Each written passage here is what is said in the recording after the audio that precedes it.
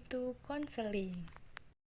Konseling adalah proses di mana seseorang yang disebut konselor memberikan bimbingan, dukungan, dan nasihat kepada individu atau kelompok dalam menyelesaikan masalah, mengatasi tantangan, atau mengembangkan potensi pribadi mereka.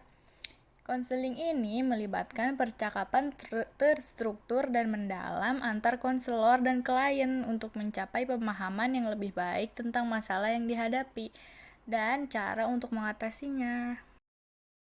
Apa itu psikoterapi?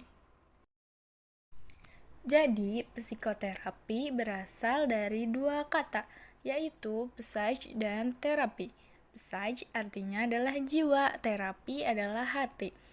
Pengertian psikoterapi menurut Freud adalah pelaksanaan kegiatan psikologis yang terdiri dari bagian conscious atau yang disebut bagian sadar dan bagian unconscious atau yang disebut bagian tidak sadar.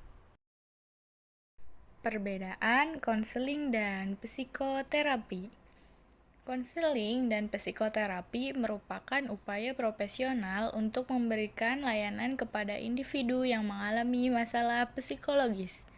Tujuan utama konseling dan psikoterapi adalah membantu klien untuk mencapai perubahan perilaku, kesehatan, mental yang positif, pemecahan masalah, peningkatan efektivitas pribadi, dan pengambilan keputusan.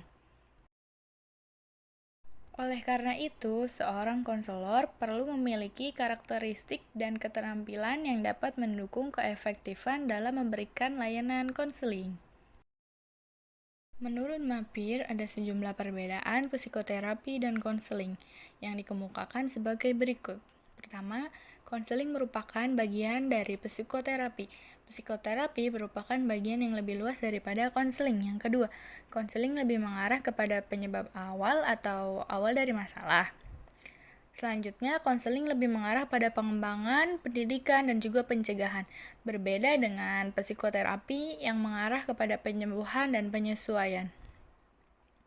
Yang ketiga, dasar konseling adalah filsafat manusia. Dasar dari psikoterapi adalah perbedaan individual dengan dasar-dasar psikologi kepribadian dan psikopatologi. Pada perkembangan selanjutnya, konseling juga memanfaatkan perkembangan teori-teori kepribadian dalam konteks ilmu perilaku. Dijelaskan oleh Narayana Rao dalam Harto Sujon bahwa tujuan antara konseling dan psikoterapi adalah sama, namun keduanya berbeda dalam proses pencapaiannya. Tujuan psikoterapi. Dalam psikoterapi, tujuan utamanya adalah mengubah kondisi psikologis seseorang menjadi optimal atau positif. Menurut Corey, tujuan psikoterapi dengan menggunakan pendekatan psikoanalitik adalah mengubah alam bawah sadar menjadi alam sadar dengan membantu klien menghidupkan kembali pengalaman masa lalu dan memproses konflik yang ditekan melalui pengalaman intelektual. Tahapan psikoterapi. Setelah mengetahui tujuan psikoterapi, kita perlu mengetahui tahapan psikoterapi. A. Wawancara. Terapis mengetahui keluhan dan masalah klien. Tugas terapis adalah memberikan perhatian penuh kepada klien dan mendengarkan baik-baik. Klien bertugas untuk menceritakan segalanya kepada terapis. Jangan biarkan terapis berbicara terlalu banyak agar klien mendengarkan.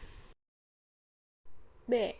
Terapeutik atau proses terapi. Langkah selanjutnya adalah proses terapeutik. Agar komunikasi berhasil, perlu dilakukan hal-hal sebagai berikut ini. Yang pertama, menilai pengalaman klien. Yang kedua, mengeksplorasi masa lalu yang dialami klien. Yang ketiga, memeriksa hubungan saat ini antara terapis dan klien. Dan ini tentang mengenali, menjelaskan, dan menafsirkan perasaan pribadi dan makna pengalaman klien. C. Pengertian dan tindakan. Langkah ini dilakukan saat sebelum pengobatan berakhir. Apa yang perlu dilakukan oleh terapis dan klien? D. Mengakhiri terapi pengobatan. Terapi dapat dihentikan jika tujuan tercapai atau klien tidak melanjutkan pengobatan. Demikian pula, terapis dapat mengakhiri terapi dan merujuk klien jika mereka tidak lagi mampu membantu klien. Klien harus diberitahu segera sebelum terapi berakhir.